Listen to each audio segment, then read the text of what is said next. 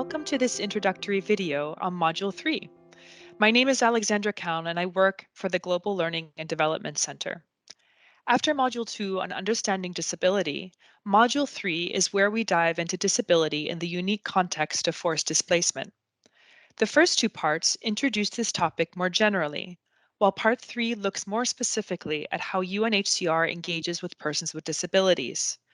Part 4 then gives you an opportunity to make the training even more contextualized to your operation by organizing a sharing of experiences of persons with disabilities. So let's take a look. Module 3 is divided into 4 main activities, which you can see here. Activity 1, Diversity of Experiences in Forced Displacement. Activity 2, Protection Concerns Faced by Persons with Disabilities Living in Forced Displacement. Activity 3, UNHCR's approach to the protection of persons with disabilities. And Activity 4, presentations from persons with disabilities on their experiences in forced displacement. The estimated duration for this module is 195 minutes, or about 2.5 hours, if all of the activities are completed. Just like any of the modules, we encourage you to use the ones that fit the needs of your target audience. It might be that you feel you would like to do all of the activities, or you might feel it's more relevant to select just one or two. If you decide to do the module in its entirety, we suggest a 15-minute or more break in between activities 2 and 3. Now let's review each activity very briefly.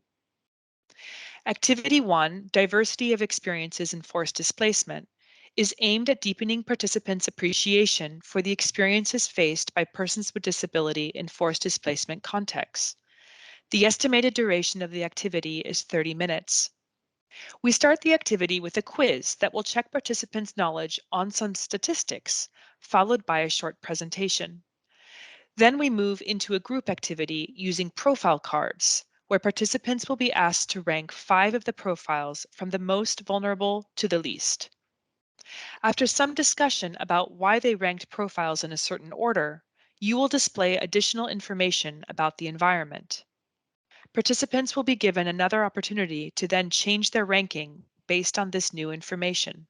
For example, participants may choose to rank Sabine, a 14-year-old girl with a physical and communication disability, as most vulnerable, but then change their mind once they know that Sabine receives support from her older sister and will soon be resettled to a third country. The key message here is that it is important not to make assumptions about the vulnerability or risk of an individual based solely on demographic characteristics, such as disability. Other factors, such as one's environment, capacities, and other diversity characteristics, will also influence vulnerability.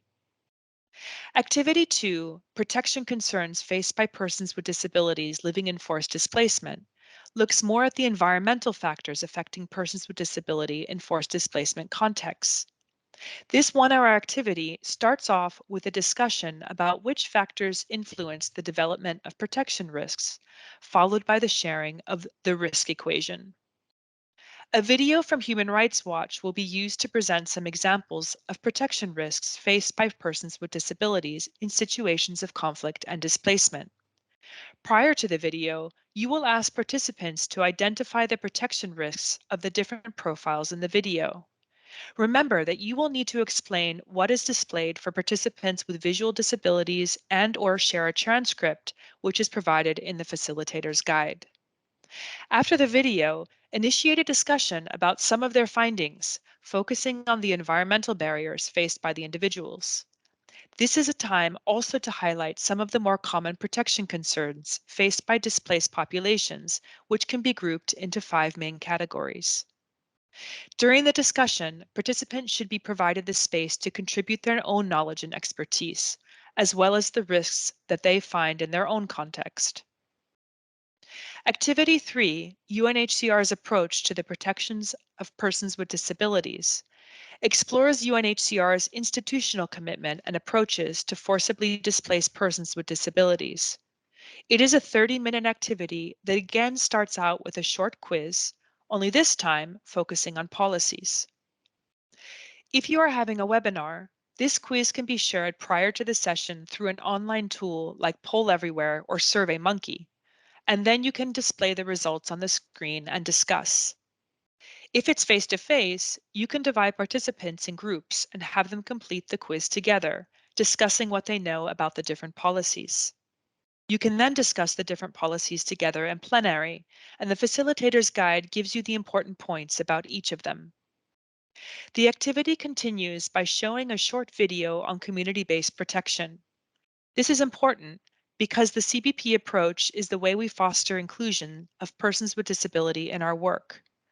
Just like any video, and is highlighted above, remember the accessibility considerations. Also, follow the video with a discussion about how the CBP approach has supported inclusion of persons with disabilities in the participants' context. In the final part of the activity, participants will be asked if they agree, partially disagree, or disagree with the four statements that can be understood very differently. Building a common understanding will require adopting a rights-based approach. If it is a webinar, answers can be shared in the chat using emoticons or green ticks or red crosses. This all depends on the tool that you are using. If it's face-to-face, 4 cards can be used with different colors and shapes, which participants can raise according to their answer. And for this, see handout number 6. The final activity, activity 4, presentations from persons with disabilities on their experiences in forced displacement, will be explained in a separate video. This activity provides an important opportunity to share findings and recommendations on consultations made with persons with disabilities from the operational context where you are conducting the training. Some background work needs to be done beforehand to make sure this activity runs smoothly. We hope you found this Module 3 introductory video useful. Best wishes with your training.